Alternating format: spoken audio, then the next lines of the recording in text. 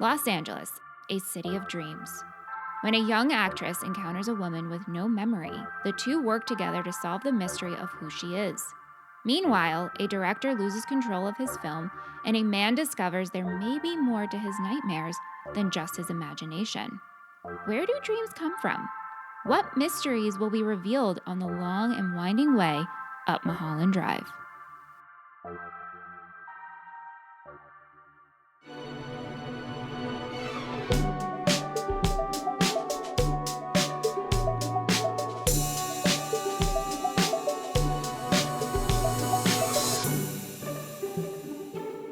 Welcome to Movie Friends. My name is Seth. And I'm Michelle. Today we're talking about Mulholland Drive from 2001. Written and directed by David Lynch. Cinematography by Peter Deming. Composed by Angelo Badalementi. Edited by Mary Sweeney. Costume design by Amy Stofsky. Starring Naomi Watts, Laura Herring, Justin Theroux, Ann Miller, and Mark Pellegrino. Michelle, how are you? Hey, Seth. We got to hang out yesterday in person. That was cool. We did. Can we tease what we were doing? We're working on some things. Okay. So no. Well, I mean, I guess we could tease it. Well, Where let's just say there might be something that you could attend in the future in the future months. in person. Yeah, maybe before 2025. Yeah, And more details to come. that's right.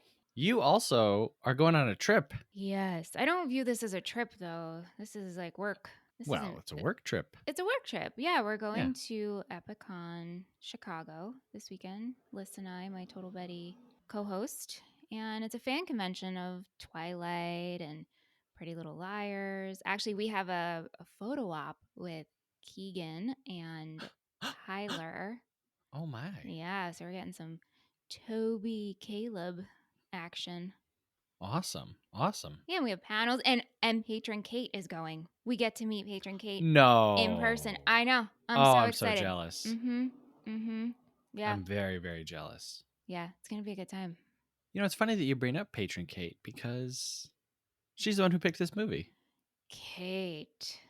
But we'll get to that in a minute because Okay. before we do, we have some emails. Emails. First email says, "Dear movie friends, a mystery movie is a movie that has a mystery. Much like a comedy can be a rom-com, dramedy, or a stoner movie, mysteries can be noir or thriller. But if there is a mystery someone is trying to solve, then it's a mystery. Mysteriously yours, Sean Shank." Sean Shank. I was like, who's putting this together? It's like a cat is a cat. Yeah. Well, we had asked, this has been our I know. question, our probing entire month is like, Yeah. what makes a mystery movie a mystery? And ending here on Mulholland Drive is like perfect. Yeah. Yes, good choice. Yeah, because I know even less than what I And So you've thank seen you. it a couple of times now. Yeah, thank you, Sean, for answering our question. Thank you, Sean. Next email is about our episode on Who Framed Roger Rabbit, Ooh. which we do a whole lot of cinematic whiplashes in this show, but going from Who Framed Roger Rabbit to Mulholland Drive might just be the most extreme one we've done yet. Mm-hmm. They say, Jessica was one of my first celebrity crushes. Celebrity crush. I like that. Mm-hmm. I feel like Bill Murray could have pulled off this role. This is not a kid's movie, in my opinion, which I think both of us agree. Mm-hmm. I'm not a Zemeckis guy, but this is his best film, and it's at 5 stars for me. Wow. Wowee. Wow. Kids smoking is always funny. We agree. Yeah. Uh-huh. And Baby Herman is top tier. P.S. I think that this could be in my top 100. That's saying a lot. You always say that, and I'm like, I don't even think I could list 100 movies. Oh, you totally could. Well, okay. I could list them. Have I seen them? Send us an email if you think Michelle should make her top 100 movie list. I do love a list, so I love a challenge, but I'm only doing it if someone reaches out. Ooh, okay. PSS, you should come up with a name for when you both rate something 5 stars. And I agree. I think we should work on that. I love that idea. Okay. Yeah. Yeah. PSSS, I'm excited for the next episode. PSSSS, Mulholland might kill Mitch. I think that she's strong enough to handle it. Yeah, spoiler, she's still here. Or is this a ghost? Is this a dream? I don't know. Anyway, that email's from Ben. Thanks, Ben. Thank you, Ben. If you want to be like Ben and Sean, which I know that you do, send us an email, moviefriendspodcast@gmail.com. Let us know what you think about anything, honestly. Anything at this point. Before we get into the movie, I'm going to write down my prediction for what you are going to rate Mulholland Drive, which I think might be throwing a knife in the dark, because I think maybe perhaps you and I will figure out our rating as we go. I have not rated this film previously. Oh, interesting. All right, so here we go. Here's a stab in the dark. Okay. Do you think it's better to aim low or aim high? Like in general in your life when you make predictions and stuff and Ooh, bet? that's good. Mhm. I guess my instinct would be to aim low, because then if Right? I'm wrong and it's better. Yeah, that's how I'm going. Yeah. Okay. Yeah. Before Michelle watches a film for the first time, she records her pre-watch thoughts. So let's go to that real quick.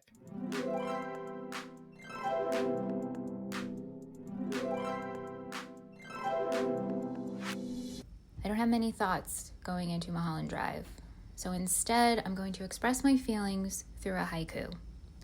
Our patrons chose this, and if Seth says he's confused, that means we are doomed.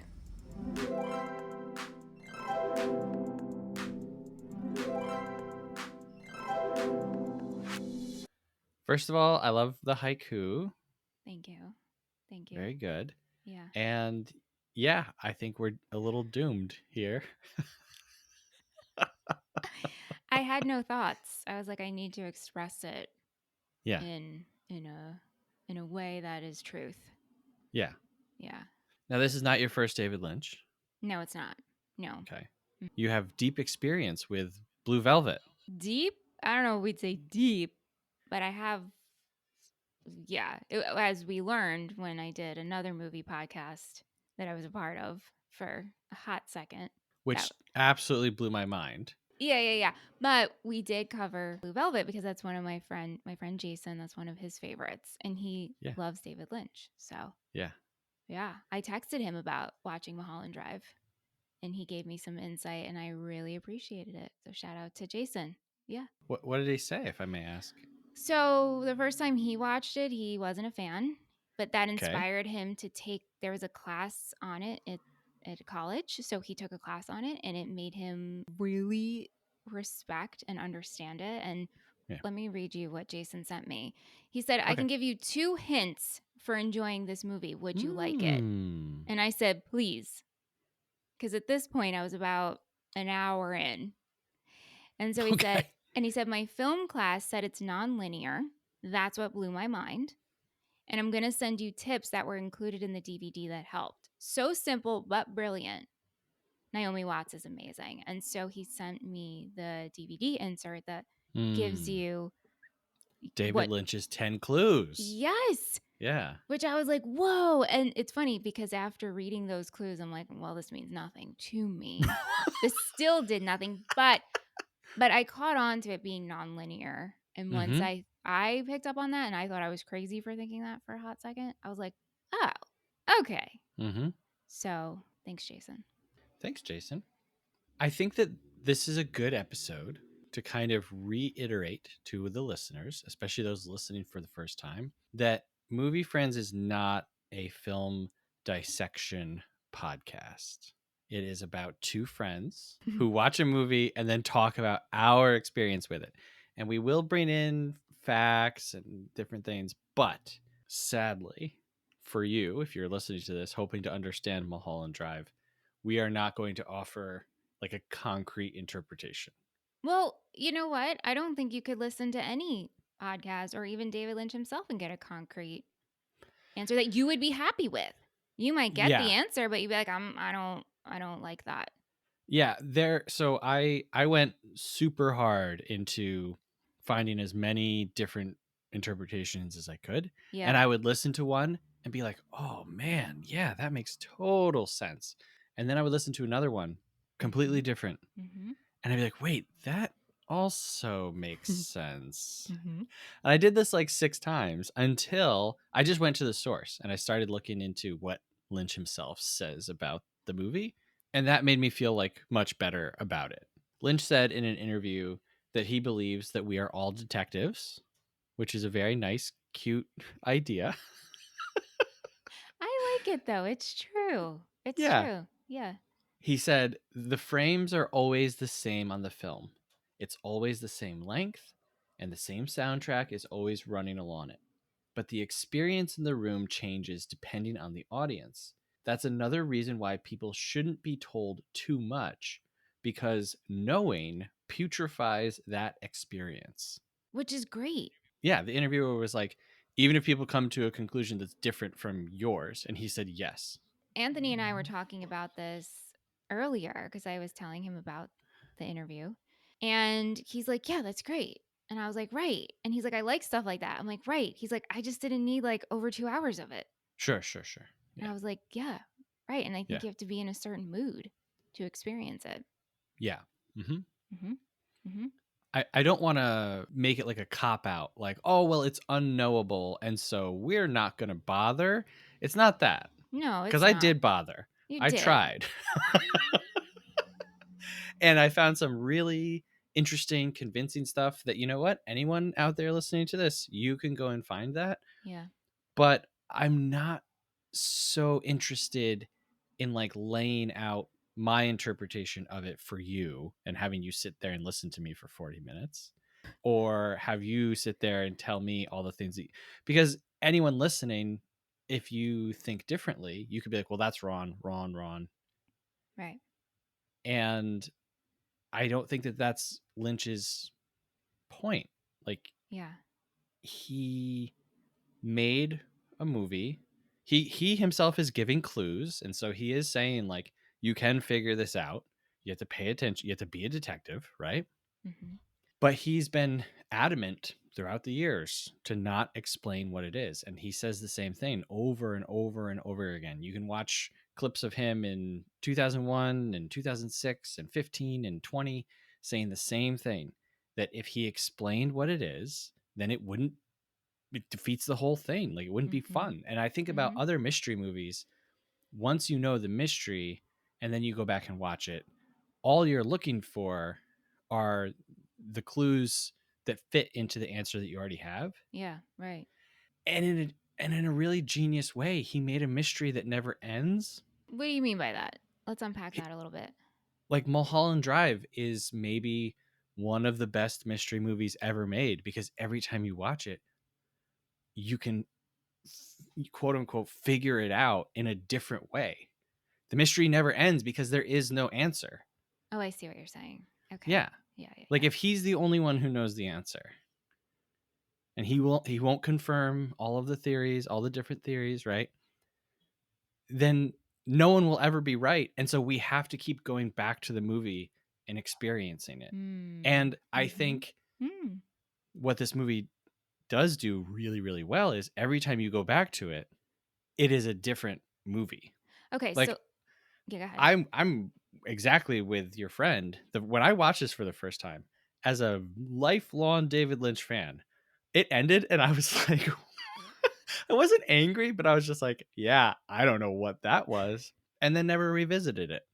Yeah. And you never looked anything up, researched it. You just left it. Not real, like a little bit, and like Mulholland Drive is considered to be a big movie. Like, it was voted the best movie of the 21st century. I think that was a BBC poll. They voted it the best film of the 21st century. This won the Palme d'Or when it premiered at Cannes. Like, this is a big movie. So I think some things I just kind of soaked up like Mm-hmm. peripherally, but Mm-hmm. didn't understand this at all. And so many people who I was listening to and reading over the last week and a half said the same thing. They're like, I didn't get it until my third time or fourth time. Wow. So yeah, I think he's made a great puzzle box that if you Yeah. love mysteries, it's a never-ending mystery. Yeah. So, how many times did you watch it preparing for this episode? 3.5. Whoa, whoa, whoa. Yeah. And each time, did you feel different? Yes. Okay. Better, I'm Yes. assuming. The third time I watched it from the last half hour first and then went back to watch the quote unquote dream part. Oh, Yeah. that's fun. Yeah. How was that experience? It was like the same, but it's just, Oh, it's just watching out of order. But right. yeah. So going into this, Seth and I made a pact. We weren't going to talk about this beforehand. We weren't going to Yeah. talk about during while I watch it and afterwards. And this, we both can agree, this is probably the hardest one to do that with. This was the hardest. I've been like, yeah. And then yesterday, being Yes. together in the car for 45-minute drives to and from, Yeah. we did well, but I think it took like 30 minutes for us to just mention Mulholland Yeah. Drive. Mm-hmm. Yeah. Yep. So I wanted to give you my watching journey. The only communication that you and I have had up until right now has been sharing articles or quotes Yes. for, Yes. so I genuinely have no idea what you think about this movie. So please Yeah. talk for the next 45 minutes. Okay, well no, that's not going to happen. But okay, so you give me how last week how we're watching this and kind of preface it with saying if you feel confused, it's not just you. Mm-hmm. And I was like, great. That is so I honestly felt a lot of I was putting it off. Yeah. Yeah. Then I went to coffee with friends on Sunday, and my one friend who's very much into film, he's like, "Oh yeah, I've seen that. I didn't like it." So I was like, "Great." Now I'm really feeling like the heavyweight. Yeah. So I decided, you know what? I'm going to turn my devices off and I'm going to go in and I'm going to check myself every 20 minutes and see if I can understand what's going on. Right. Okay. And I Okay. decided I'm going to watch this by myself and I'm going to watch it in one sitting. Wow. Okay. Okay. So I start it and I was like, okay, we're driving. Okay, I understand what's going on. I'm following. Not a big deal. No problem. Taking notes. And then I'm like, all right, this is kind of giving Melrose Place when Betty gets, Yes. to her aunt's apartment. Yeah. And I was like, wow, she's so annoyingly nice. Oh, it's because you're Canadian. Yes. Okay, wow, got it. Oh Oh, actually, let me back up. It opened Yeah. with the people dancing. The jitterbug. The jitterbug. And I took a still shot of one of them because I was fixated on watching them. And I was like, okay, all right, I'm accepting this. Mm-hmm. Let's just keep going. Very odd. Very odd. Ant did not watch this with me, but he came in at the airport scene with the Okay. older couple. Mm-hmm. And he was just like, yeah, no, I'm not into this. And I was like, Mm-hmm. okay, all right, no problem. He left. And so then probably when we get to the Winkies scene with Dan and he's telling his dream, and then we go out back and we see a monster of some sorts, and I was just like, okay, I hate this. I hate this. And Did it scare you? Did that part scare you? no, I was just like, Oh, wow. I'm over it. Okay. I continue watching. Um, That scared the crap out of me the first time. did it? Because for the jump Oh, scare part? oh my God. Terrified. But I'll talk about that later. Yeah. And then Aunt and I are like, wow, this feels like a really bad student film. Mm-hmm. And it just feels like it's on purpose. And I was like, this is super disjointed. And then more and more things kept happening. I would pause it and I'd think about it. I'm like, this is a dream. There's no way this is real. This is not real. This is the perception of Betty's life and what she's thinking about. Yeah. And then right before the last half hour where we get I guess present day or caught up to speed, that's when I was texting Jason and I was like, I just need this to end because I just don't care anymore. And then it ended and I was like, oh, this kind of got all summed up. Okay. Mm-hmm. And that was my experience watching Mulholland Drive. Awesome. Mm-hmm. Yeah. All right. It wasn't as bad as I thought it was going to be. I think going into it, of you being like, don't be confused, and it's okay if you are, and then reading comments, and I was like, okay, guys, like I wanted to go in with a different mindset, and I did. I was just like, wow, this is long, but hearing Lynch's explanation for it, I was like, okay, I understand what you were trying to do here, and Yeah. I do. Yeah. There is a part of me that really appreciates it. I just think I'm like, I probably will never watch this again. Right. And that's exactly how I felt when I Yeah. watched it, several years ago. Unless I was with like a Lynch head, right? Yeah. And you're like, oh man, let's go through this DVD, the list, right? And like, Yeah. Hmm. let's point all this out. I'd be like, okay, now this is a game. I'm down to do that. Precisely. Yeah, Precisely. Yeah. precisely. No, Yeah. that is what makes it interesting and fun. And I feel like I understood pretty much the story. The part that is missing for me and what I'm a little lost on is Dan. Like, who is Dan? Never comes back, right? Well, he comes No, he back. He's comes standing at the back. counter. Right. Yeah. Yes. W- Was that just like a random? Because sometimes you have random people in your dreams. Right. Like he's the only one that felt very disjointed to me. Like didn't Right. fit into the rest of this narrative. Right. Another one that a lot of people say doesn't fit or like helps you feel more lost Yeah. is the hitman in the office when he kills the guy at the desk and then the woman next door and then the cleaner, because that just kind of happens and then we resume the story. Yeah. Who is Jacob on Lost? Yes. Yeah. Yes. Mark Pellegrino, Yeah. Jacob from Lost. Yeah. That whole sequence is comical in a way. Yeah, that's Yeah, hilarious. it's pretty funny. It's pretty funny. But the hitman does come back because of Betty. Right. Or Diane, I Yes. should say. Diane. Yes, Diane. Yeah. So at least it's kind of like I'm like, all right, I can kind of make that work. It's Dan who I'm like, what? Who are you? Right. Who do you think All he right. is? Is there what? Go ahead. Sorry. So first question for you is did you like look up stuff about the movie after? No, Okay, so are you aware that this was originally shot as a TV pilot? I did know that because Jason told me that. Okay. So on that, I didn't do any research. Mhm.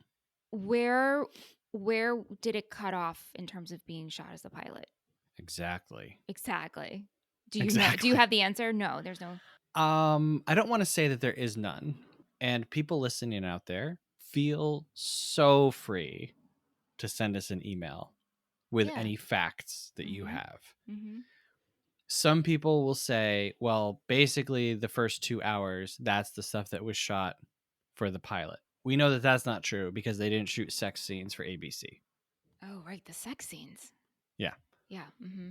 It's a little hard to like exactly pinpoint what was. I mean, we can say, definitely Betty arriving in LA and like the two meeting and probably the opening scene in the car where they get into the car crash and all that stuff, right? Like, Mm-hmm. we can probably assume that a good chunk of the first 30-ish minutes that was for the pilot. Okay. And the show is intended to be like a multi-season show like Twin Peaks, where in Twin Peaks, the first episode sets up the mystery of who killed Laura Palmer. That's what you're trying to figure out. Mulholland Drive was going to set up who is Rita, and that was going to be the big mystery. So it would be Betty and Rita trying to solve the mystery of who she is. Why does she have all this money? Right. That never really comes back around in the dream part. Well, it doesn't. It doesn't matter in the dream part. Right, but in the show that would have played into. Was the show gonna be in the same theme of this is a dream? This is Diane's dream. I can't answer We it. don't I don't know. know. We don't know. Okay. It's hard to say Okay. because they filmed the pilot and they're like, no, we're not going to do this. And then it's sat on for like a number of years. And when Lynch was approached by one of the producers, hey, let's make this into a movie, he was like, yes, but he didn't know what it would be. And in talking about Mulholland Drive a lot, on a lot of the interviews with him, he talks about what is an idea, where does it come from? What is a dream? Where does it come from? And he relates a story about Nikola Tesla, who was sitting on a bench staring at the sun. And in an instant, this invention that he made just came to him, and he knew what it was completely. And so Lynch says one night he was meditating, and Mulholland Drive, like the rest of it, just came to him, and he knew what it was, but he didn't know what it was prior to that. And so, did it originally end that way when it was pitched? You know, someone was asking him, like, what was in the original pitch? And it was just kind of like ideas and impressions. Like, he was like, a pretty girl has amnesia. But Lynch trained as like a painter. When he talks about movies, a lot of the time he talks about feelings or images or music. He's not always so into exactly what is being said and exactly what's being shown. It's supposed to like put impressions on you. So I don't know. Like, I don't know. And honestly, like, knowing that it was a pilot helps me in how I feel about, like you said, the quality of it. Like, you were like, oh, it's like a student film. Well, I felt that way, but then once it clicked for me that this is a dream, I was like, oh, Yeah. whenever, well, on that note with pilots, and I don't know if they were going to work it into that this was a dream. We just talked about this when you were a guest on We Are Liars, right? When we do these flashback scenes, or we do Right. or we do dream sequences, like the acting is always off. It's Mm-hmm. always weird. Mm-hmm. Or the representation of how you're expressing yourself is always just a little weird. So that actually fits perfectly. That Yeah. it felt like that way. And yeah, pilots can be a little tough sometimes finding your Yeah. footing. Yeah. Yeah. When Betty arrives in LA, Yeah. apparently Naomi Watts said Lynch's direction to her was, imagine that you just ate ice cream for the first time. so she's like, I'm looking around this airport and I'm like, wow, it's just so silly and strange. Yeah. But when you watch it the first time, Yeah. I think until you get to, I think that we can call the first 2 hours ish dream, and then the last bit reality, with a very loose Yes. quotes around reality. Yes. Yeah. Mm-hmm. But I think until you get to Diane in reality and you see Naomi Watts, just how she looks and acts in that, the first part doesn't make sense until you see that, Yes. to Oh. me. Oh But it yeah. takes you so long to get there. 2 hours. Yeah, and so the whole time you're like, what is going on? Yeah. She acts like a cartoon princess. Yes. Yeah. But props to Naomi Watts for pulling off two sides of this coin She's great. She's in the great. same movie. Yeah. Yeah, Yeah, and I didn't give her that credit until we got to the end. And I was like, right. okay, this was Right. intentional. Yeah, right. Yeah, you have to stick with it to see it. Yes. Yes. Was it clear to you that this was a dream the first two No, hours? heck no. So No, that didn't really. no. I, Even when like we get like I don't know, it gets there's so many odd things. You have to think it's a dream. no, no. I'm telling you, I sat down, I saw that Mulholland Drive was streaming. I probably Wow. had like a big gas station burrito and Mike's Hard Lemonade. It was probably 10:30 at night after work, and I was like, let me put this on and watch it. And it ended, and just imagine like me like throwing my remote on the couch and being Uh-huh. like, okay, Uh-huh. not hating it. Like, I didn't hate it. Yeah. I wasn't angry, Sure. but in myself, I knew nothing. Like, if you Yeah. asked me what even happened in that movie, I'd be like, I have no idea. And I have no shame whatsoever in admitting that this movie went Wow. completely over my head when I watched it for the first time. I'm curious if it would have been that way if I was just like, let me just watch this and not even have just the little birds in my ear of like, Yeah. if you're confused, like if I had knew nothing, if I would have like picked up on, oh, this is a dream, it has to be. But I think sometimes I kind of fall back on dream sequences is like, if I don't get something, I'm like, oh. because that was a dream sequence. Right. So if something's weird, oh, it's a dream. And that's usually my No, fallback. I didn't get. Okay, so in the beginning, right, the camera comes into this bed and then like zooms in on a pillow. Mm-hmm. That's one of the things. That's one of the first things that happens. Mm-hmm. And then later on, the cowboy comes back and he says, Oh, yeah, "Hey, pretty girl, time to wake up."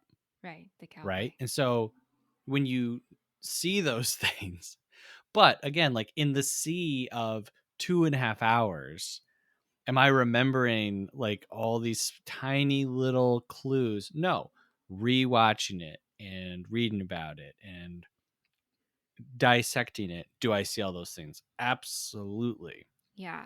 Absolutely. And that's why I think it's a different movie when you watch it. Did you use any of the clues that David Lynch lays out in the DVD? Honestly, Like, I don't understand. Even though he lays it like follow these and whatever, I'm like, yeah. it gives me nothing.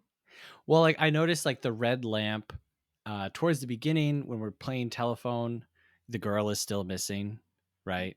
And then Yeah. that goes to the other person, and then the other person calls. La, la, la, la, la. I noticed later on when Betty gets a phone call, it's that same red lamp in the ashtray full of cigarettes. Yeah. Can I read Okay, these? Can I read these to our read listeners? them. Yeah. Okay. So, David Lynch's 10 clues to unlocking this thriller. So, number one, pay particular attention in the beginning of the film. At least 2 clues are revealed before the credits. Yes. Notice appearances of the red lampshade, which you were just talking about. Yes. Can you hear the title of the film that Adam Kesher is auditioning actresses for? Is it mentioned again? Yes. An accident is a terrible event. Notice the location of the accident. Hmm. Who gives the key and why? Yep. Notice the robe, the ashtray, and the coffee cup. What is felt, realized, and gathered at the Club Silencio?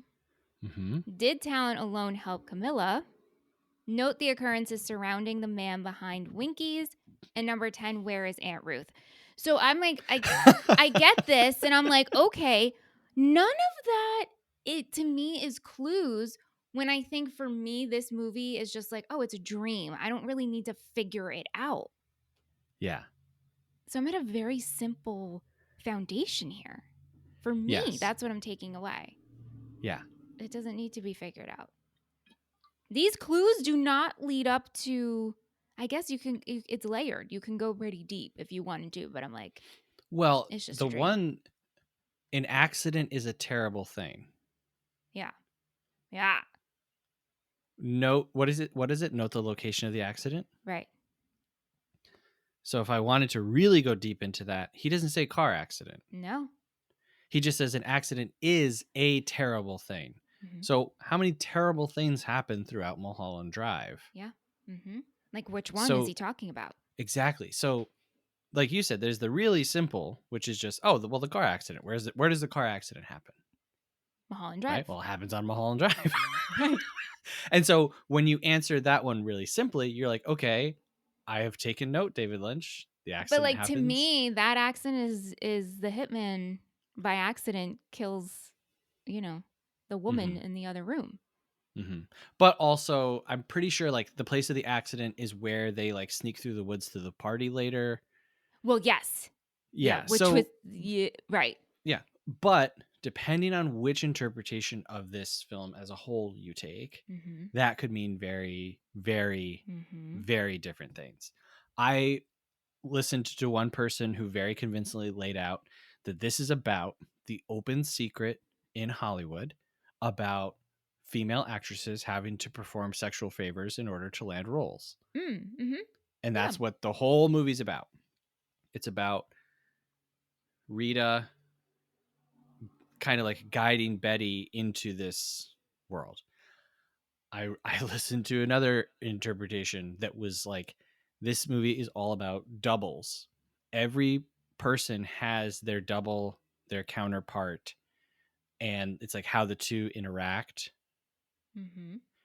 I listened to another one that said this is all about like it's autobiographical for David Lynch and him making films in the Hollywood studio system because it's like, this isn't your movie anymore. This is the girl.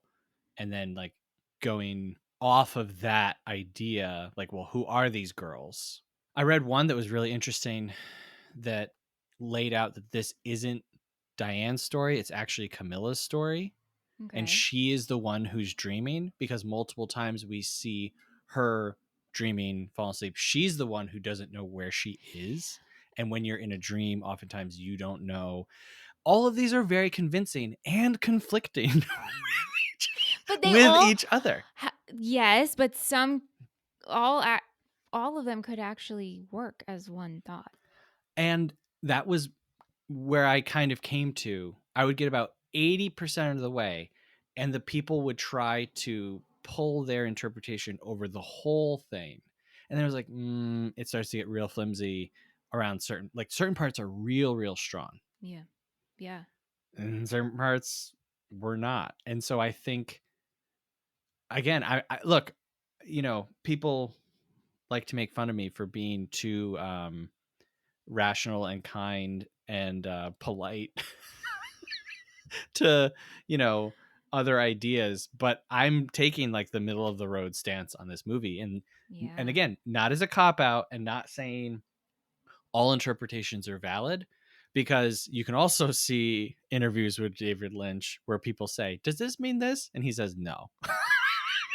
Yeah. I mean, what I've gathered is just like he talks about how beautiful the mind is and how, like, where Yeah, do dreams come from? yeah. And this to me is kind of like his way of telling a story through that. And it's as simple as that. I mean, of course, there has to be like a deeper meaning, not a meaning, Yeah, but like, what are we getting at here? But the overall is just like, how do we think of dreams? We don't know. yeah, We can't yeah, control our thoughts in the yeah. subconscious mind. A lot of people take this to be like, this is a scathing look at how LA really is. Mm-hmm. And Sure. but then you hear him talk about LA, and he's like, LA is a beautiful place. He talks about the first night that he came to LA, and then waking up in the morning and walking out into the sun. And he was like, it's like the brightest light you've ever seen. And like that light makes you feel like all of your dreams can come true. And for me, that's what LA was. Yeah. And I see Betty in that, which is Yes. Diane's dream Yes. Betty version. Yeah. He also talks about how much he loves the film Sunset Boulevard. And there's Mm-hmm. a lot of Sunset Boulevard in this movie, both spiritually and physically. Like there are shots. He also talks about just loving old Hollywood. Yeah. And Oh, yeah. the in the dream part, the landlord lady is played by Ann Miller, like this great Coco. yeah, call me Coco, everyone else does. She was great. And so like I think we go to like dark places where in some places he might be thinking of it in like nice, beautiful Mm-hmm. ways, Mm-hmm. where we might only take this movie and look at like how dark it can be or what all of it means. Like Club Silencio, I'm fascinated by everyone's interpretations of Club Silencio. Yeah. I'm a little What did you think about I that? don't know. I mean, honestly, at this point, Yeah, remember, I'm like really just wanting this to end. yeah, So I didn't have much. I'm going to be yeah, totally honest with you. At this point, I'm like, oh my gosh, what are we doing? yeah, Yeah. Yeah. yeah. I, I don't really have, I didn't fill in the pieces there for myself with Club Got it, Silencio. got it.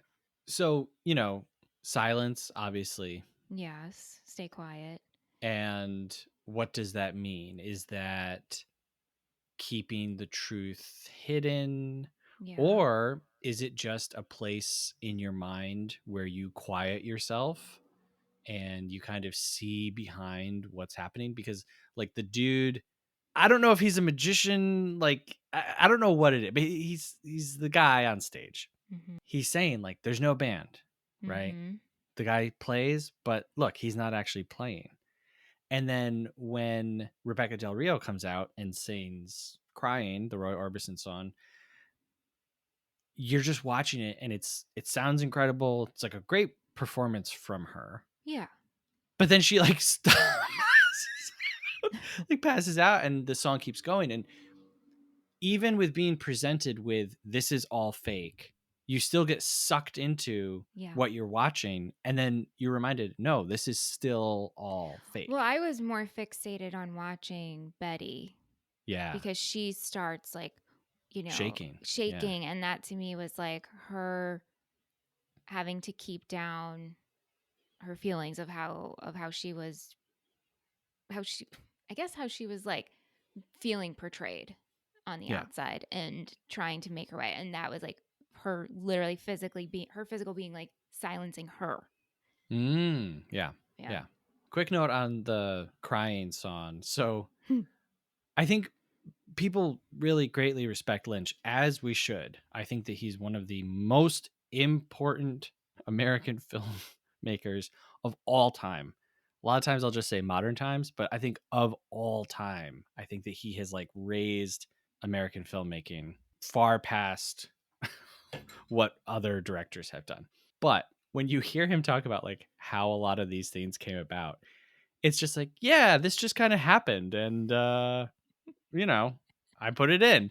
So he was at his house and one of his music producers called him and was like, hey, I want you to meet this person. It ends up being Rebecca Del Rio.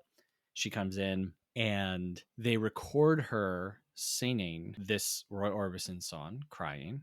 And the audio from that recording is what's used in the film. So she's lip syncing for real, like on the stage. So the movie is telling you that she's lip syncing, but she actually is lip syncing on film. Oh, wow.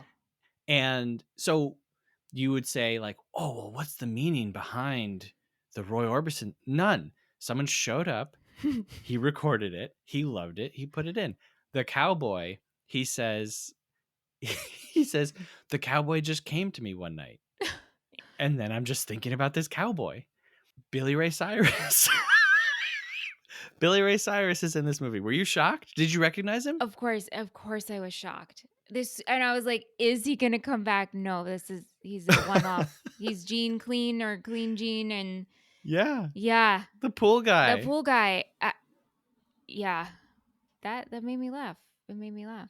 When I watched this for the first time, and I'm like, okay, all right, I'm in Lynch world, right? So I'm thinking of Eraserhead and Blue Velvet and all, and then the camera pops in and it's Billy Ray Cyrus just in bed, shirtless, looking like Billy Ray Cyrus. Like they're not Nope, no, mm-mm, doing his hair different or nope. putting him in a suit or making him any like and so you don't feel like, oh, who's this character now? Your brain just goes, Billy Ray Cyrus? That's exactly what I thought.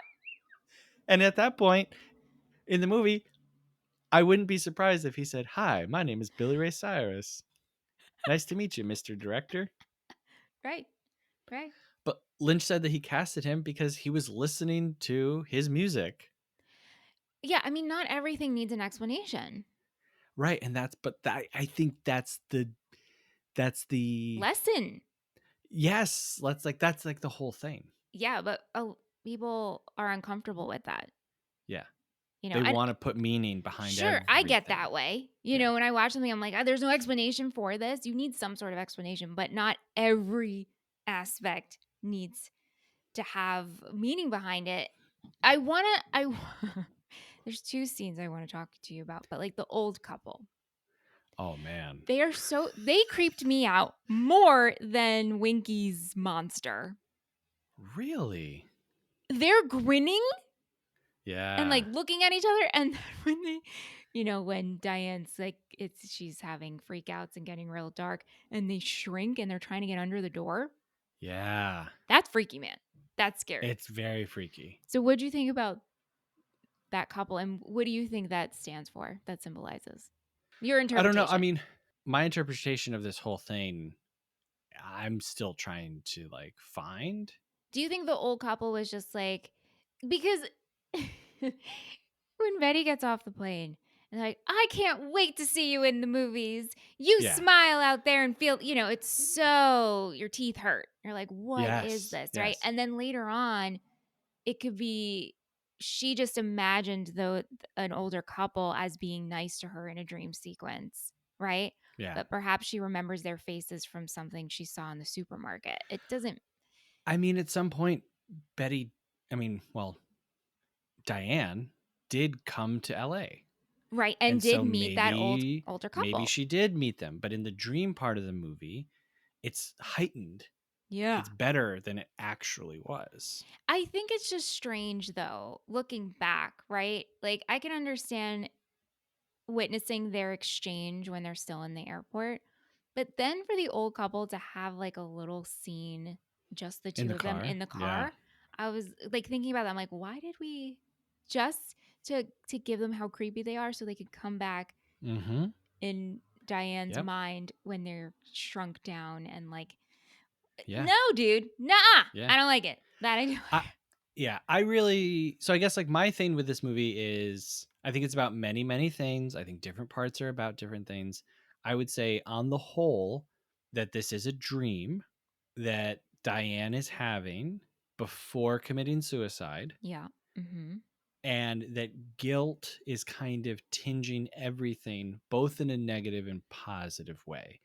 So she's imagining a better version of the story of what really happened, Yeah. and she's putting herself in the position of helping Camilla when in reality she has been dependent on her. Yeah. So she wants to be the one who's helping Yeah. because Camilla thinks that she's Rita and she doesn't have any. But then all of the negative stuff is her trying to explain like perhaps why she had no choice to get to where she ended up, and a lot of that just kind of falls apart. But that's kind of my take on it. Is I do think that parts of the end are real. Yeah. What is and what isn't becomes hard to nail down.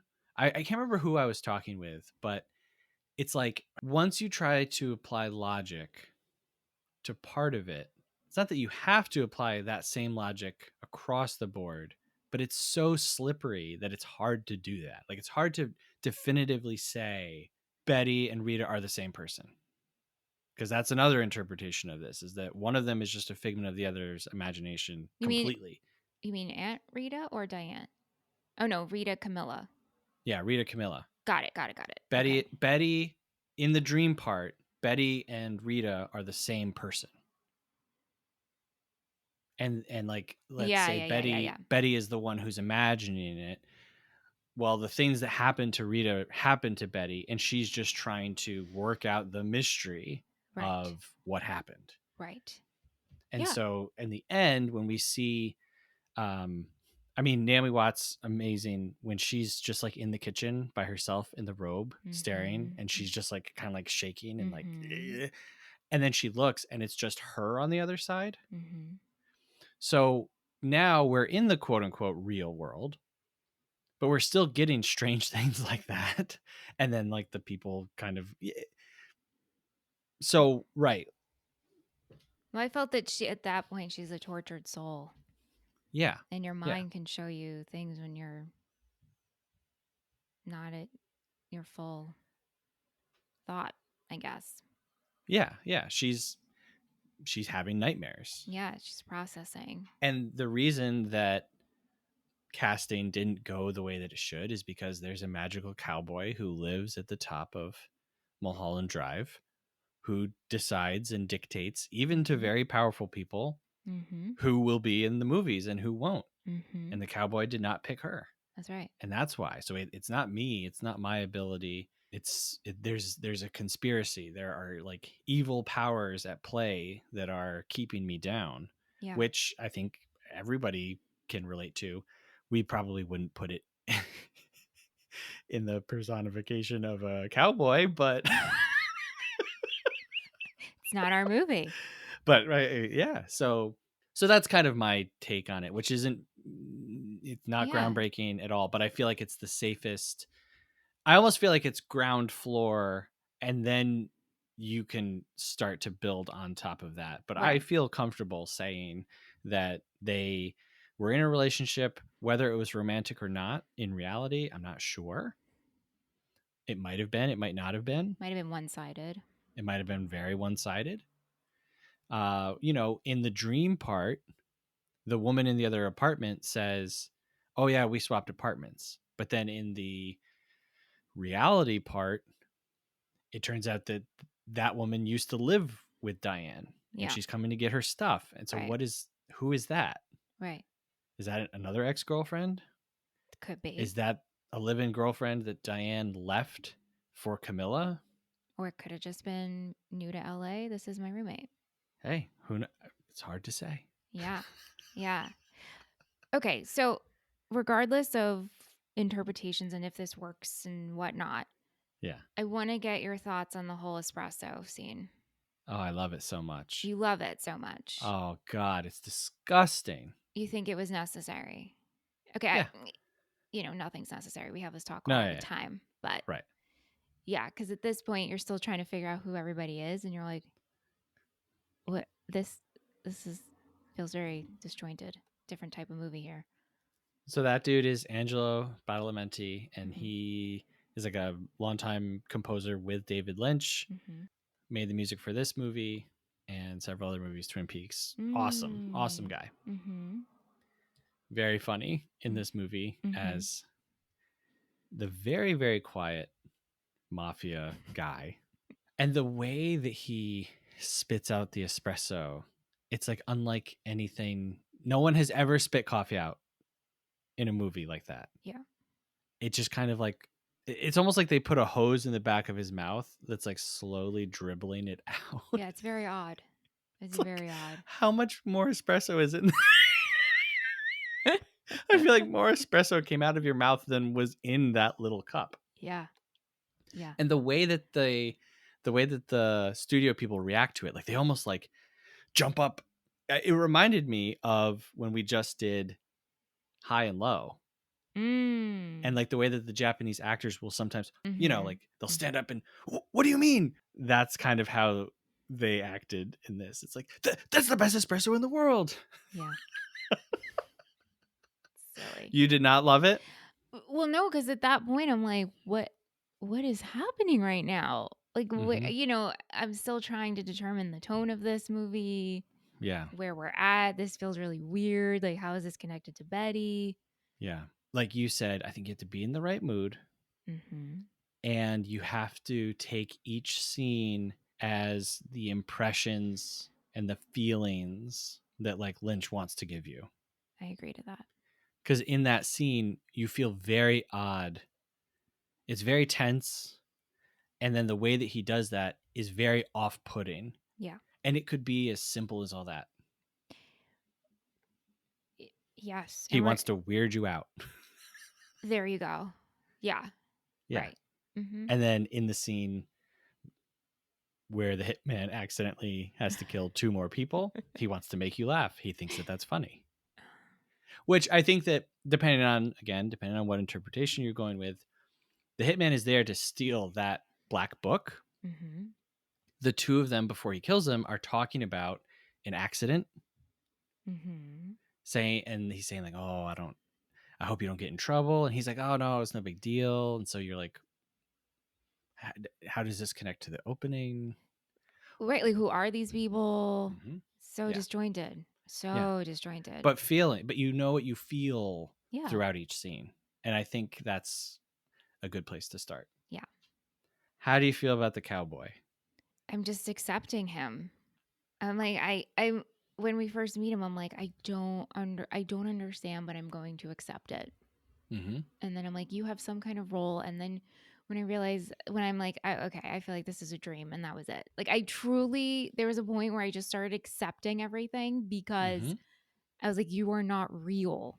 You are a Yeah. representation of another figure in someone's mind. Yeah. Very good. Very good. Yeah. Yeah. Absolutely. Yeah. You're an actual cowboy. Right. Like, so what does the cowboy represent? Like, Yeah. and that's kind of the next step. And I don't know. Right. Some people say death. Oh, okay. One person said he's the representation of old Hollywood, the Uh-huh. old people who still have like a grasp on things and the way that things used to work when the studios were like, Mm. when they owned Judy Garland legally. Mm-hmm.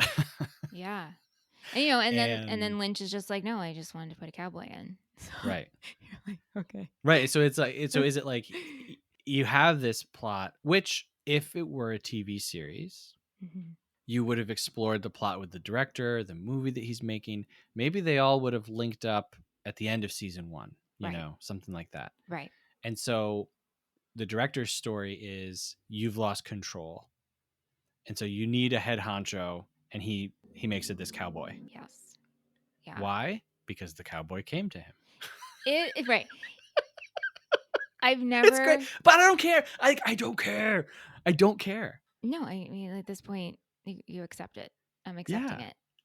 I've never seen Twin Peaks, and Yeah. I prefer television to film, right? Yes. Yes.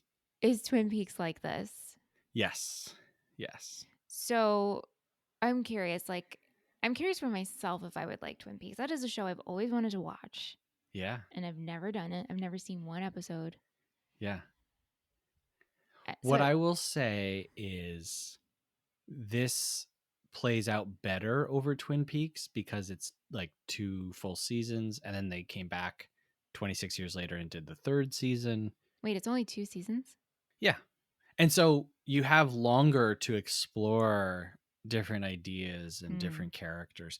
Like, for example, I mentioned that game of telephone earlier. Mm-hmm. We have the studio executive guy who's in the room, The little evil guy? who's like making phone calls, and there's the like speaker hanging in the Yeah. room. Yeah. I'm sure that would have been fleshed out a lot more instead of Yes. just a one-off. The Winkies thing, I'm assuming since we see him twice, we probably would have explored more of who and what that is. Some people will say that Winkies thing is like the movie in a nutshell, basically. So that is Oh. Diane and Camilla, the 2 characters, and one of them is describing the dreams that they're having and how you're in my dream. Yeah. Mm-hmm. When you explore what the dream means, the person sees like this horrible thing and then dies. Dan, And that is Mulholland Drive. who summed up 20 seconds. Here you go. Yeah.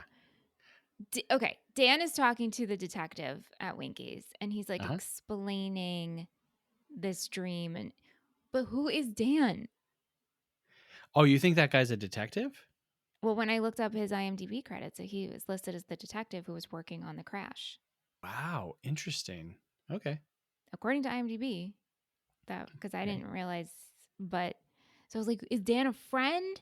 Or is this part of like real life right now where the detective's just getting a cup of coffee with this guy named Dan? He's explaining his dream, and then that's it. It's just showing it's showing a dream within a dream. Which, think about that. Think about Well, that. right. The people you come across for in your dreams, what if those people are having dreams in your dreams? Right. Right. If the first 2 hours are Betty's dream, who turns out to be Diane, Mm-hmm. where has she met Dan before? Because he obviously exists in the reality because she sees him later. And so Right. why is she giving him in the dream the nightmare? Right. I don't Or, know. I don't know. I don't know. maybe that's actually not part of Betty's dream. This was just like taking place at the same time. Right. Because we don't know. It has nothing to do with Betty or Diane. Yeah. When he kills the 3 people, when the hitman kills 3 people, is that in the dream or is that after the dream? And Mm-hmm. we're just getting a glimpse of it. Mm-hmm. It's hard Right. to say. And it's just Hard like to say. Winkies is in the vicinity of where these 2 Yeah. people happen to live. Maybe it all would have come back to Winkies. That's right. That's what We it don't comes know. back. It comes We don't back to know. Winkies. Yeah. And I don't think that like Lynch cobbled something together, but I do think you have to keep in mind that this was like salvaged material Yeah. that was turned into something else. Yeah. And again, we have a director who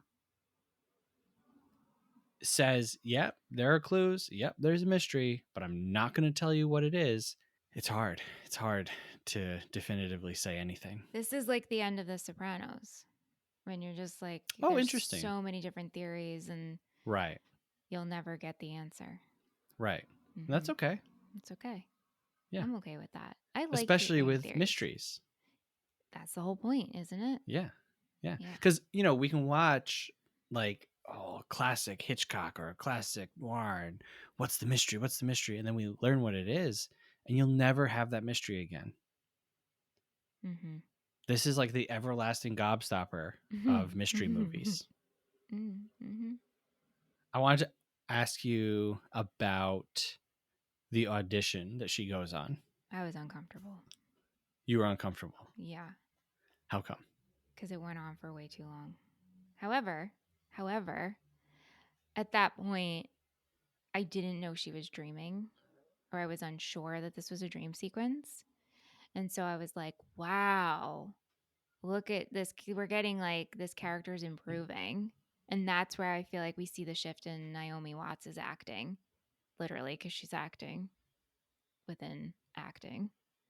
Right. Because the character's so, like we keep saying, so sweet, sweet, sweet.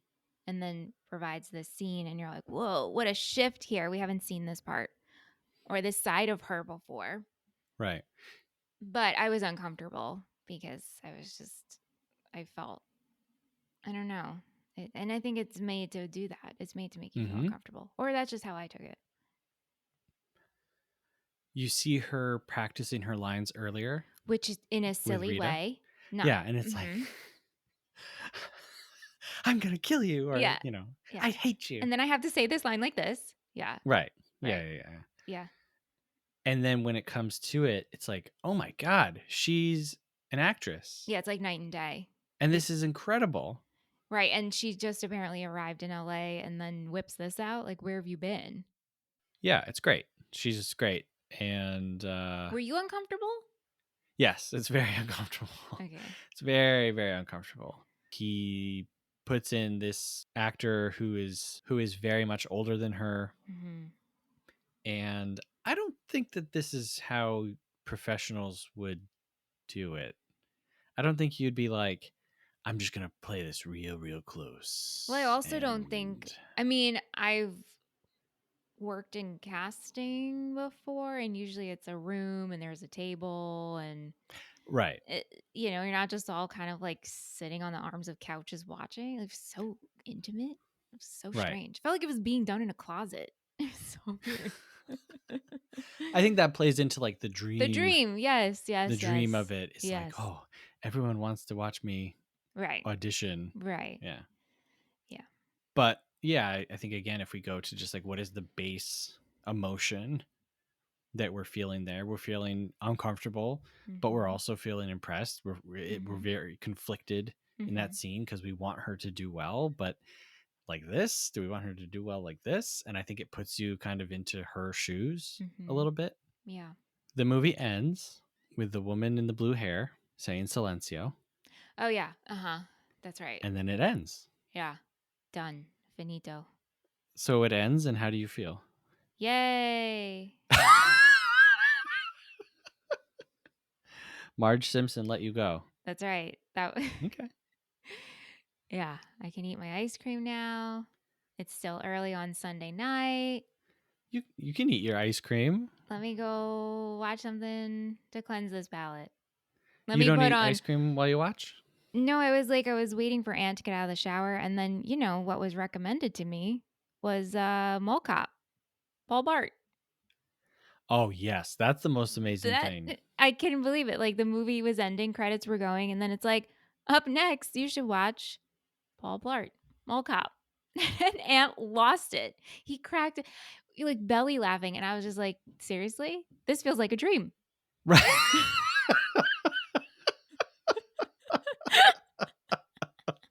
This is a dream right now. I always laugh at like what gets recommended to you afterwards, Yeah. But that's one for the ages. Yeah, that's one of the best ones I've ever seen. So weird. How they thought what the one is like a kids movie, kind of. I never. And the other one is Paul Blart Mall Cop. But to me, wouldn't it be funny if like David had a say in this? And he's like, let's make you feel this way. Let's recommend this. You're still in your dream. Hey, he might like So Paul Blart Mall Cop. I couldn't believe it.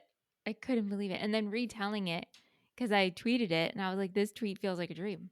I feel like I could see Lynch's version of Paul Blart. It's hard to say Paul Blart. It is very hard to say. Paul Blart. Paul Blart. Paul. Yeah. Yeah. Just about a dude, a regular dad working at a mall. But then there's something sinister going on just below the surface. Is it a mystery? Right. It's yeah. Oh.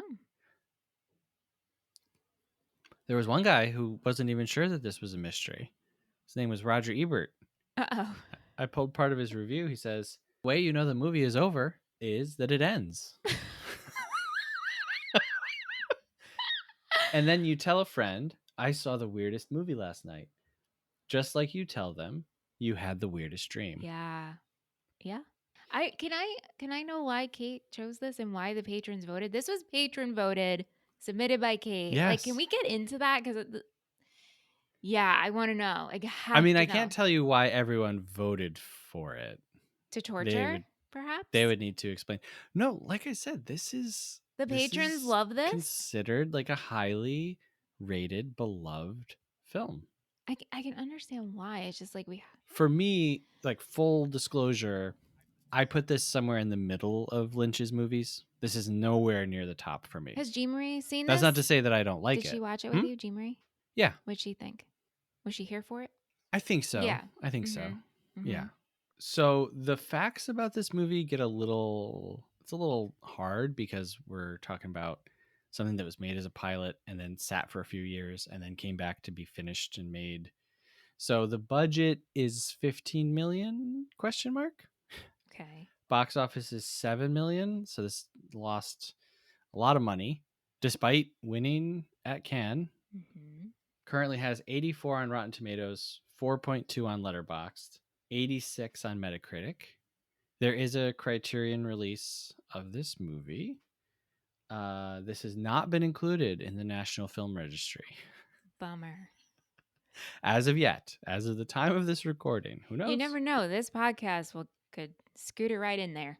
If we release this episode and the next day it's announced that this is going to be part of the movies accepted this year, I will scream. Seth, what do? We got to start doing something for our lives because clearly we have power. Well, we need to start covering Clifford every week on this show. Oh, no. Until that is announced, That's my Criterion nightmare. release. That's my nightmare. National Film Registry. And then the production days, again, it's like very hard to exactly pinpoint what's going on here. You used to have a podcast where you'd have people on and they'd talk about their dreams. In your dreams. In your dreams. Yeah. You latched on early in your viewing that this is a dream, it's dream logic. Mm-hmm. And so in that way, do you feel that it succeeds? Do you feel he succeeds in portraying a dream? I do. Yeah. Majorly. Yeah. And as someone who does dream often, I have friends and I've spoken to people who I've just met and we talk about dreams. I don't know how it always gets there. And oh, I never dream. Some people don't dream. Or you don't remember your dream. But I'm someone who usually can remember my dreams every single night. And so that's probably why, another reason, I mean, I know I said because maybe it's just my default. If I don't understand something, I just assume it's a dream. But it also, because I'm very interested in dreams. And so this felt very true to that. What about you? Do you dream? Yeah, I think I dream a lot. I remember my dreams. Yeah, you tell me some of them. Yeah. Yeah. Lynch's first film, Eraserhead, is a dream put on film. And it is very disturbing and upsetting because you feel like, oh my God, I'm awake. I can look around. I can pinch myself, but I'm experiencing like a nightmare. It's very, very off-putting, more so than this one. I feel like this one is a dream where that one is like a nightmare. Yeah. I don't really have nightmares, but I'll have anxious dreams, stress dreams. Mm-hmm. Yeah. So we asked some friends on Twitter what they thought.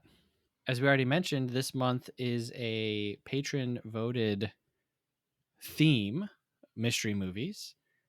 And then this movie was nominated and voted on by Kate. Kate, Hello, Kate. I cannot wait to hear. So I'll read her response first. Okay, thank you. She says, I originally watched this for the lesbian content, which does not disappoint! Exclamation point.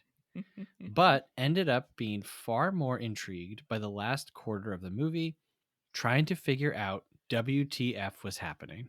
And as soon as it was over, I immediately restarted and rewatched it. Whoa! Can you imagine? No! Wow. So I'm like more curious now Me after too. hearing. I Yeah. know. Kate, So Kate, we if need you more. have the time, yeah, Maybe send us an email and just tell us what watching this 2 times in a row was like. maybe I'll harass her when I meet her this weekend. Yeah. I'll be like, sorry, Get the Liz. scoop. I have to talk to Right. Kate about Mulholland Drive. I've only done that a few times in my life with like very few movies, maybe 5 or 6 movies where I immediately rewatched them. And it's a special feeling. So I'm glad for you, Kate. I'm glad that this movie did that for you. I've only done that with Malcolm in the Middle episodes. I'm not Like even, the whole I'm episode? not even kidding you. Yeah. You'll just watch the episode over? When they were first airing and I would tape them on VHS, I was so obsessed. I would watch them and then replay it. Wow. Yeah. How come we're not doing that as a Patreon show? I mean, there's still time. Maybe after. Malcolm and the Mitchell. Oh, I like that. Yeah, Mitchum and Malcolm. I don't know. We could work on it. Maybe we'll do it after and Happy the dog as Happy. Yeah. The Seventh Heaven show. Yeah, we could do that. Benjamin Vargas at Ben Sower says, Lynch at his peak? Question mark. Well, movie friends had a good run. Mitch Ruby might retire after this. Nothing will top Tampoopoo. Wow. If I did not leave I can't believe it. after Tampoopoo, we're good to go.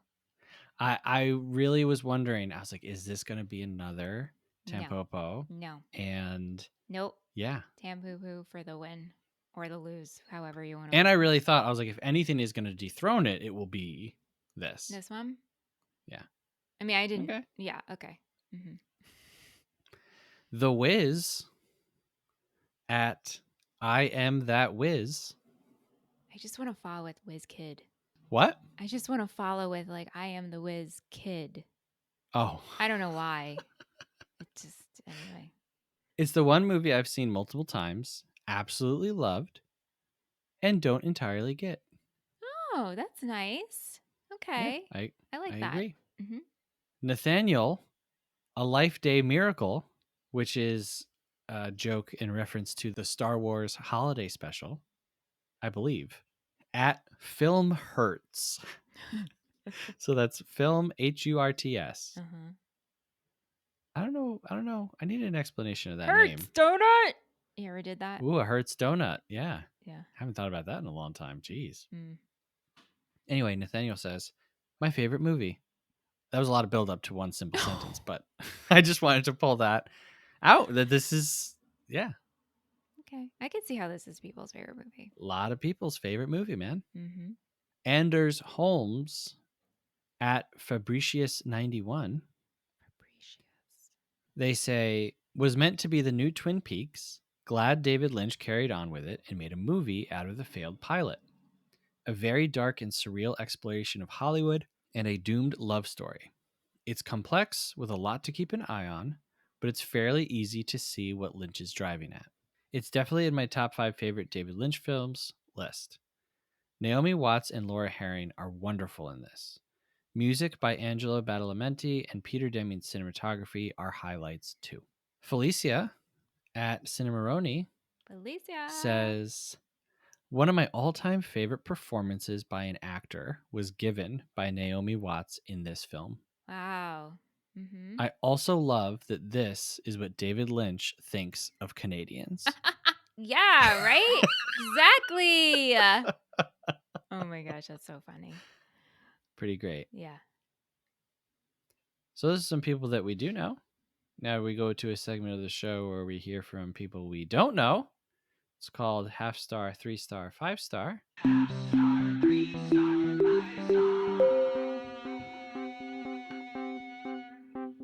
All right, these are reviews from letterboxd.com, which is a website and an app where you can track, log, rate, review movies that you've seen. You can also follow other people on there and see what they're watching. You can follow Michelle and I on there. I'm at Seth Vargas and she's at MICH Ruby. That's Mitch Ruby. We're very active on Letterboxd, right, Michelle? Yeah, totally. I'm on there all the time. So we start with a 1/2-star review, which is the lowest rating that you can give a film. We go all the way up to a 5-star rating, which is the highest rating that you can give a film. And do you have any requests for the accent? I don't. I thought we talked about this in the car and you were going to come up with it, Seth. Well, I don't know if something changed since yesterday. I wouldn't spring that on you. So maybe I'll just go back to doing an English accent for this one. Okay. You know? This depiction of Hollywood's own love triangle of betrayal, jealousy, and mystery leaves the audience with no real conclusion. The acting is that of 90s TV drama, the story so convoluted by its shallow surrealism. Why? How? These were the questions I was left with at the end as to why this film received such acclaim. This film felt like a Shakespearean nightmare more than a masterpiece of cinema. 1/2-star.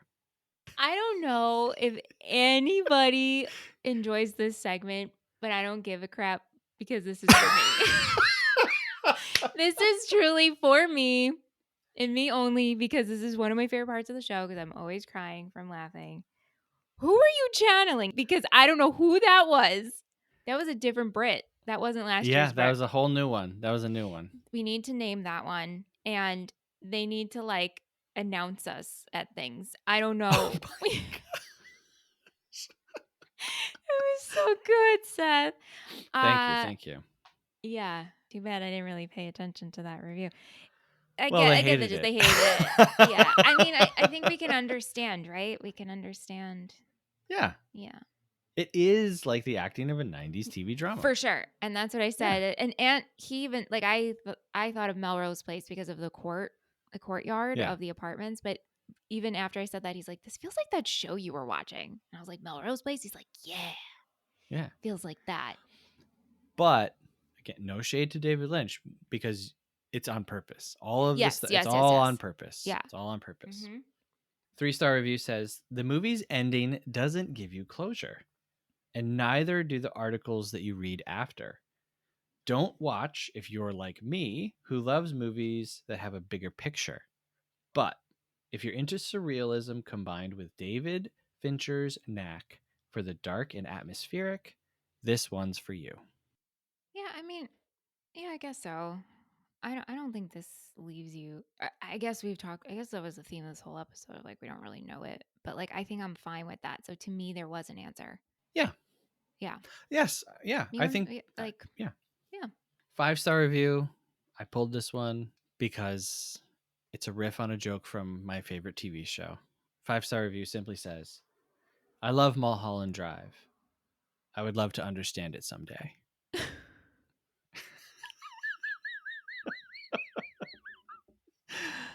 5-star review, which is, of course, Michael Scott. I love inside jokes. I would love to be part of one someday. Anyway, okay. That's it. That's it. We did it. We did it. Do you want to go first? Well, I want. Oh, are we going to exchange what we think Yeah. the other person rated?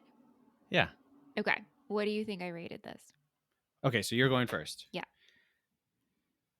Okay, so we rate movies as a schmovie, a movie, a film. We rate it 1 through 5 stars.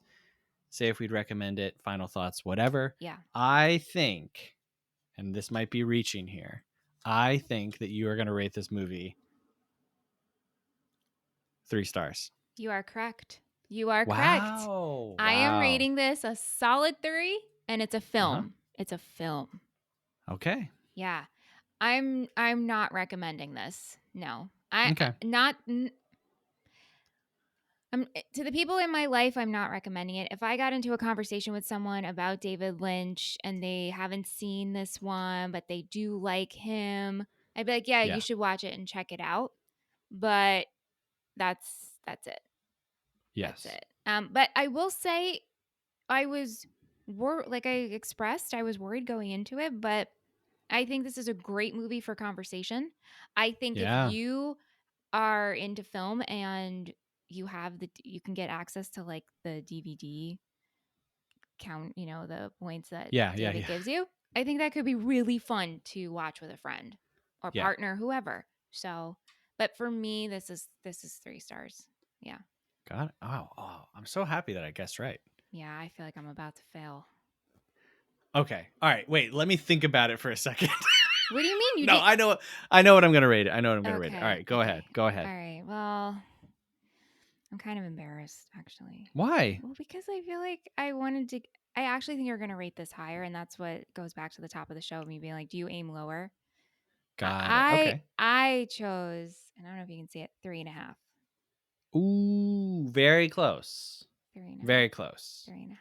Yeah. I'm going with 4 stars. Okay. That's what. As we got to the middle of conversation, I'm like, I should have put a 4. Yeah. Mm-hmm. So I'm going to say 4 stars. I'm going to say a film, and I am going to recommend it, but with a huge asterisk. Right. We talk a lot about what is the film itself saying and not being influenced so much by all of the outside stuff, and how sometimes learning stuff about a movie can enhance the experience and sometimes it can take away from it. Like, I don't want everybody to be like only like educated about a movie and that's why you appreciate it. Like, what is the experience that you had in 2 hours and 27 minutes or however long this movie, you know what I mean? Like, what did it say to you in that time, and can it stand on its own? That's the big asterisk. I think that this movie does get better the more that you learn about it, and the more that you learn about Lynch's intent. When I learned about that he put clues into the DVD, what that did for me was it made me go from feeling stupid to feeling like it's fun. Yeah. Mm-hmm. Mm-hmm. And like you just said, this is a great movie for conversation. So what I would recommend is, if you aren't very sensitive to some of the content in this film, so if you've seen Blue Velvet and you like it, you'll be fine with this movie. Right. Right? Yeah. This is nothing If compared you, to if you, that. I'm assuming if you like Twin Peaks, you'll like this. You should check Yeah. this out. Yeah. Right? But what I would say is try to watch it with some other people, Mm-hmm. or if you can't be physically in the room with them, find someone who just watched it and talk about it with them, and have that excitement of being detectives and throwing ideas around as you are trying to figure it out. Just do so with a grain of humility. Yeah. You know, realize that there are very smart people who think it means one thing and very smart people who think it means something completely different. There's no wrong answer. And David Lynch, who is smarter than all of us, who doesn't care. He just wants you to feel it, Yep. experience it, Yep. look, and in that way, I will say this, in that way, I'm ready to say that this is the best mystery that we've watched this month. Whoa. Yeah, I think I agree with you on that, actually. Yeah. Best versus favorite. Those are two different categories. Very different things. Very different things. Yeah. Yeah, so that's it. Hey, we did it. We did it. Look at us. Another month down. Mystery Q1. month is over. Q1 is done. Yes, that's true. We're done. We're moving on. Where are we going, Seth? I'm excited because we're going a lot of places. Hey, if you want to go a lot of places with us, we'd love it if you'd rate and review the show wherever you're listening, however you do it. I'm so bummed because tomorrow's my birthday. Correct. No reviews have come through. And you know what, guys? Here's another update. My cat died. And there's still no reviews. No reviews saying, hey, Michelle, love what you do on the show. Love Seth. He's so funny. We love those impressions. We love your conversation on films. We're enjoying it. You keep us entertained. Nothing. I looked before we came on. I was like, wow, what do we have to do to get a review? Probably Not even a stop asking. R.I.P. Solely. Not even an RIP solely. maybe we have to stop asking. Maybe that they're like, Michelle, you're so obnoxious that I can't give you a review. You know what? You're right. Forget everything we just said. We don't want a review. Yeah. Oh, I see what you're doing. Yeah. Yeah. Pull a fast one on them. No, but seriously, if you are enjoying it, just tap 5 stars. Yeah, man. Just say, I'm We'd enjoying appreciate this. Period. Yeah. Yeah.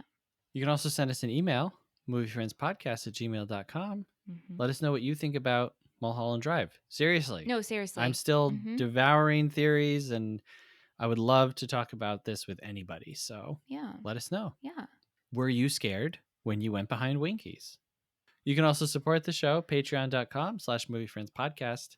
You get access to 6 bonus shows where we talk about a lot of different stuff. You got to check it out. At least go check it out. Okay. Yeah. Go to patreon.com/moviefriendspodcast. Find us on there. Look at what's going on.